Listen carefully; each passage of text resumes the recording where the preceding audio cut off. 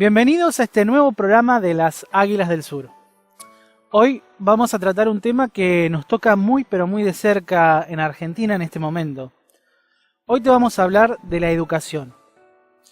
Es un tema que, como sabrás, es bastante frecuente en nuestra Argentina hablar de este tema. Y siempre está en gravísimos problemas, nunca se soluciona. Y tengo algo que decirte, no se va a solucionar nunca. Hoy preparamos un programa justamente para explicarte eso, para contarte esto. A los poderosos del mundo les importa muchísimo la educación, pero no para mejorarla. Les importa porque es un tema muy fuerte para manipular el mundo, para manipular las personas y para manipular lo que pensás. Es por eso que hoy decidimos hacer este programa pensando en qué le estamos dando a nuestros niños, qué están aprendiendo nuestros jóvenes en la escuela, qué le están enseñando y para qué. Te vamos a mostrar en las imágenes una conferencia dada por una persona, una mujer muy especial, que lucha en contra de este sistema educativo, que lo único que hace es encerrarnos en un cubo, en una cajita, donde podemos buscar miles de formas distintas para enseñar, para armar, pero siempre vamos a estar dentro de ese cubo. Ella te explica qué es ese cubo.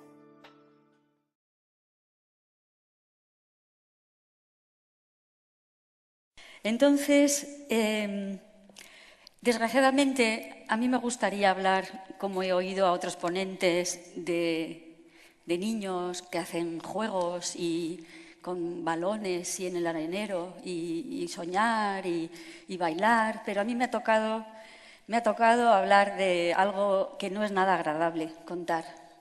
Y no me hace ninguna gracia lo que os voy a contar, que no es una historia, sino que es cómo es la realidad detrás de la cortina. He estado escuchando con mucha atención todos los ponentes y he llegado a la sensación de que la educación es como una caja en la que estamos metidos, en la que no estamos cómodos, hay mucha gente muy mal, hay acoso, hay enfados, hay fracaso escolar, hay violencia en el aula. Creo que todos los que estamos aquí, tanto sobre el escenario como en la sala, somos conscientes de esto, queremos cambiarlo y no sabemos cómo. Y la sensación que yo he tenido es que estamos dentro de esa caja y cada uno que ha venido aquí con las ponencias está como diciendo, bueno, pues vamos a poner los muebles así. Pues no, mira, vamos a poner los muebles así, pero que estamos siempre metidos dentro de esta misma caja. No salimos de la caja. Entonces yo lo que voy a intentar es explicaros qué es esta caja, por qué esta caja es así. Y una vez que hayamos escuchado esto, entenderéis por qué hay tanta violencia en el aula, por qué hay tanto acoso, por qué hay tanto fracaso, por qué estamos tan mal, por qué los profesores están quemados, burnout. Lo vamos a entender muy bien.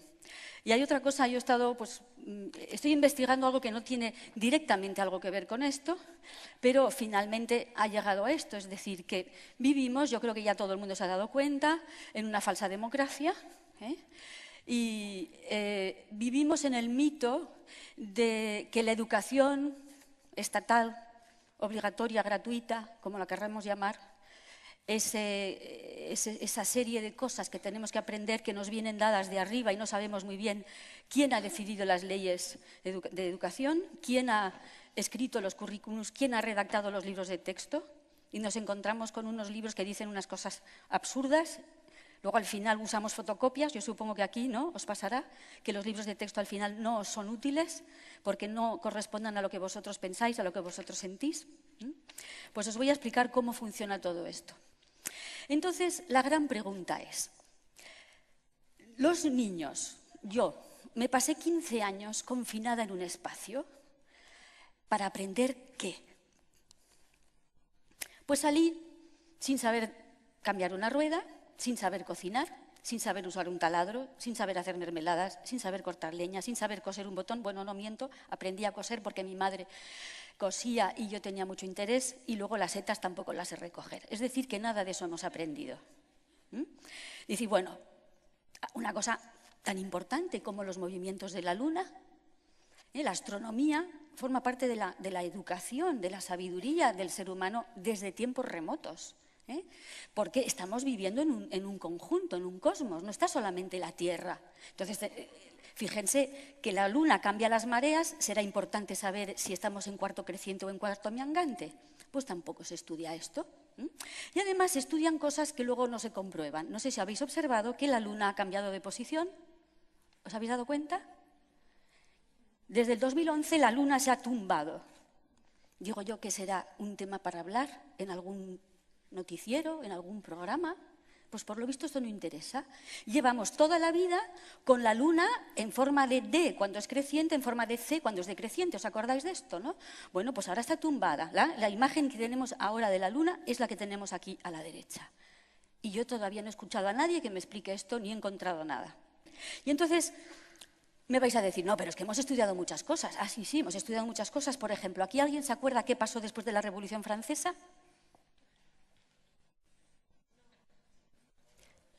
Antes de Napoleón, entre Napoleón y la Revolución Francesa, hay 10 años de guerra civil.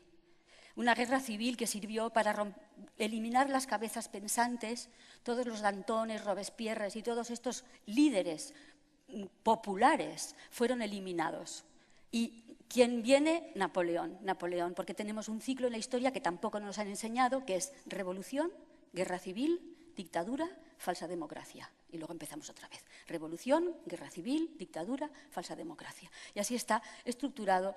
Lo podéis, si estudiáis la historia desde este punto de vista, lo veréis desde la Revolución Francesa se repite este modelo. Por ejemplo, Revolución Rusa, guerra civil rusa, dictadura stalinista y ahora con Putin tenemos falsa democracia.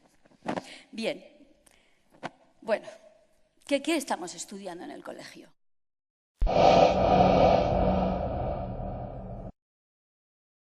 Qué fuerte lo que estamos viendo, ¿no? ¿Es eso lo que está pasando en nuestro sistema?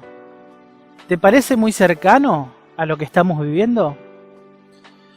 Hace muy poco me tocó escuchar a un político decir unifiquemos pensamientos. Y la pregunta es, ¿a quién beneficia esto? La pregunta que siempre nos tenemos que hacer con todo es, ¿a quién beneficia? ¿Y para qué? Entonces, el problema educacional que estamos teniendo hoy, ¿a quién beneficia?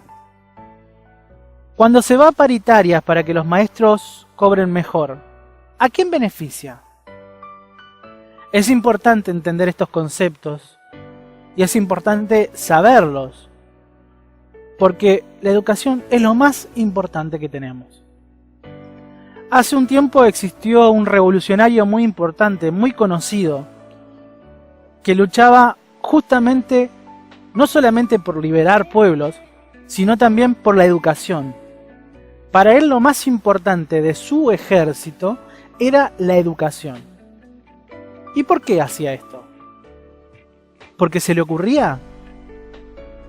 Es porque sabía que los poderosos del mundo lo que buscan es matar nuestro intelecto, matar nuestra educación, nuestros conocimientos.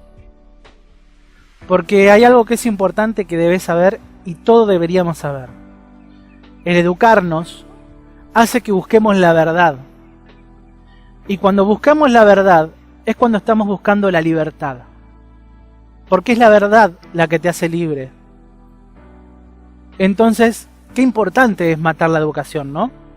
Qué importante es que no estemos educados, que no sepamos leer, que no sepamos comprender lo que está pasando. Cuando escuchamos a un economista en la televisión y no entendemos de qué está hablando.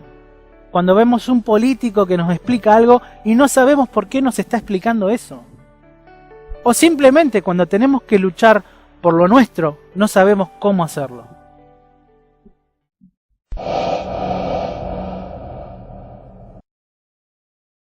Entonces, ¿qué han aprendido realmente? 15 años confinados en un espacio.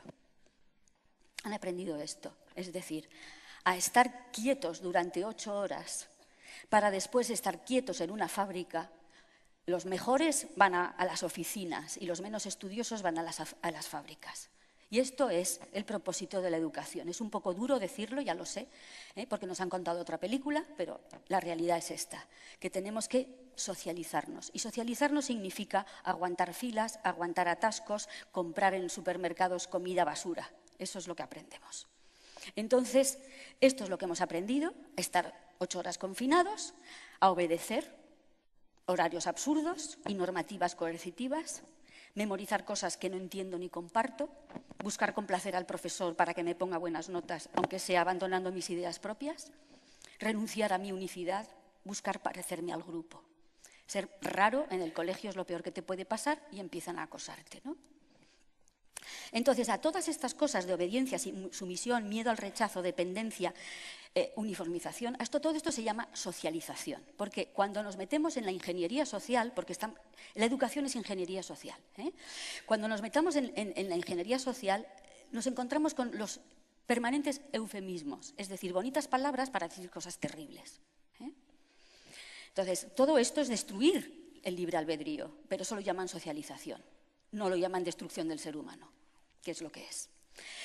También los niños por su cuenta aprenden muchas cosas porque son muy listos, lo hemos visto todos. Y curiosamente, sin que nadie les diga nada, saben utilizar todos los cacharros. Nada más, se inventa una cosa y ya lo saben utilizar.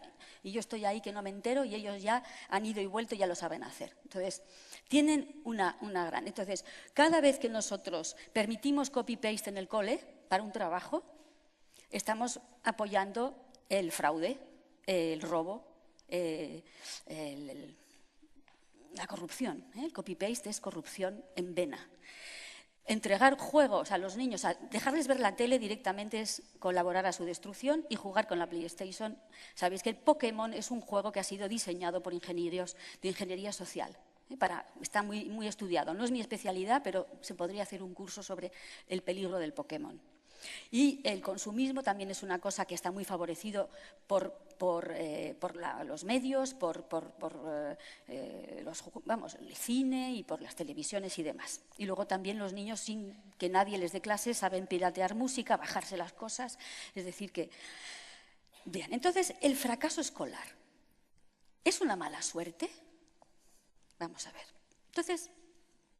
me he puesto a estudiar y a leer, fíjense. Yo no sé si ustedes conocen este libro. ¿Alguien ha oído hablar de los protocolos de los sabios de Sion? ¿Nadie? Vale. Pues los protocolos de los sabios de Sion, si os metéis en Internet, por supuesto Wikipedia, que forma parte del control, no va a permitir que la gente lo lea como algo auténtico. Entonces, lo primero que te dicen es que son falsos. Pero resulta que este libro tiene un ejemplar en la biblioteca del British Museum con sello de entrada de 1906. Es decir, que no sabemos quién los escribió, pero sí sabemos que en 1905 se publicaron. Entonces, esto está escrito. Entonces, yo no sé quién lo ha escrito. No sé si son sionistas o antisionistas, pero ahí está escrito. Y lo que te quedas de plástico, porque te están describiendo lo que está pasando ahora. Entonces, ¿sabéis lo que los gentiles es el término que utilizan los judíos para nombrar a los que no son judíos? Bien, entonces así pues, para que los espíritus gentiles no tengan tiempo para pensar y reflexionar, es necesario distraerlos por medio de la industria y del comercio, es decir, trabajar y consumir. Pero resulta que en 1979 hay otro documento apasionante que se llama Silent Weapons for Quiet Wars, que quiere decir armas silenciosas como para guerras tranquilas, algo así sería. Dice, reescribiendo la historia y la ley y sometiendo a la población a distracciones de forma a provocar el desplazamiento de sus necesidades personales hacia prioridades externas altamente fabricadas, artificiales, esto previene su interés y su posible descubrimiento de las armas silenciosas y de la tecnología del automatismo social. Esto está escrito en el año 79 en un documento que se entrega a los participantes de la reunión Bilderberg en el año 79. Al principio de ese documento, que se puede encontrar en Internet libremente, el que lo publicó lo asesinó la policía, se llamaba Bill Cooper y era exmilitar, debía tener alguien que le filtró el documento. Total que lo que dicen al principio de este documento, que a mí me dejó de plástico, las 30 páginas más impresionantes que he leído en mi vida, estamos celebrando el 25 aniversario de la Tercera Guerra Mundial. Y digo, ¿cómo es esto? A ver, 1979, El 25 aniversario de la Tercera Guerra Mundial se empezó entonces en 1954. 1954 es la primera reunión Bilderberg que tiene lugar en el Hotel Bilderberg en Holanda. Y la había organizado el marido de la reina de Holanda, el príncipe Bernardo. El príncipe Bernardo había sido SA, y había trabajado en IG Farben. ¿IG Farben qué era? La fábrica que fabricó el gas sarín y el ciclón B de los campos de concentración y que después se llamará Bayer. Bien. Entonces, ¿cómo conseguimos esto? Esto es obtenido con descomprometiendo sus mentes y espíritus, saboteando sus actividades mentales, proveyendo programas educativos de baja calidad en matemáticas, lógica, diseño de sistemas, economía y desmotivando su creatividad. Bien, cuando hace unas horas, gente decía, es que tenemos que educar en la creatividad.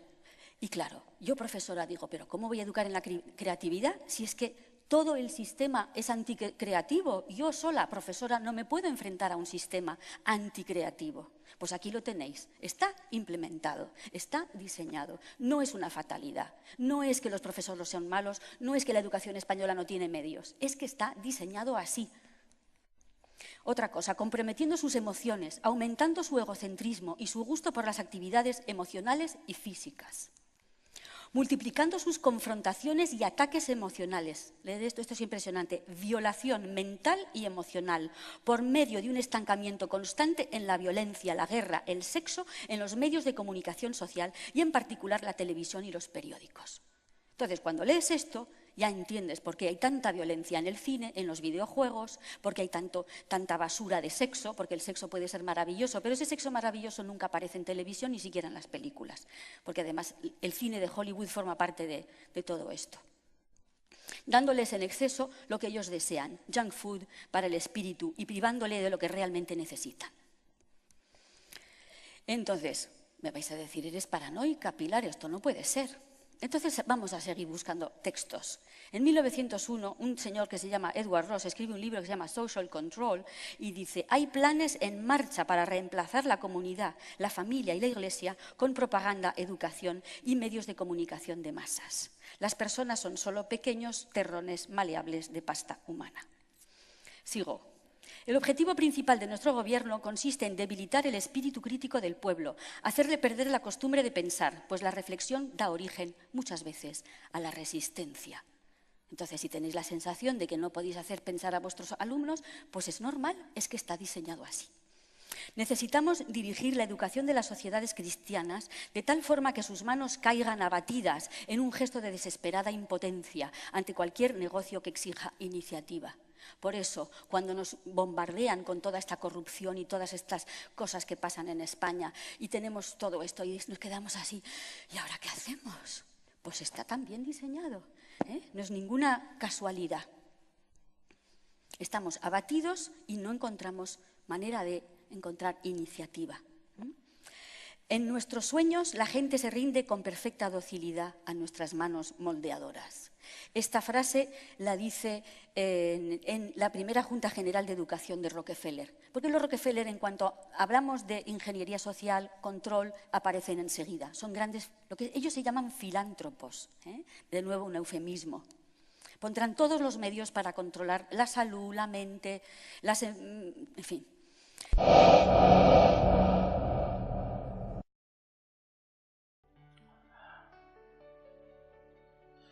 Estamos llegando al final de este programa. Hoy nos centramos en la educación. ¿Qué es lo que están recibiendo nuestros niños? ¿Qué es lo que están recibiendo nuestros jóvenes? ¿Qué es lo que están aprendiendo? Hoy salimos de la escuela y del secundario sin saber mucho. Hay algo que sí sabemos hacer, y es jugar a los videojuegos. Poder instalar un juego para jugar en red y mantenernos 8 horas quietos, pensando solamente en eso, prestando atención a un líder que nos explica y nos enseña cómo se hace,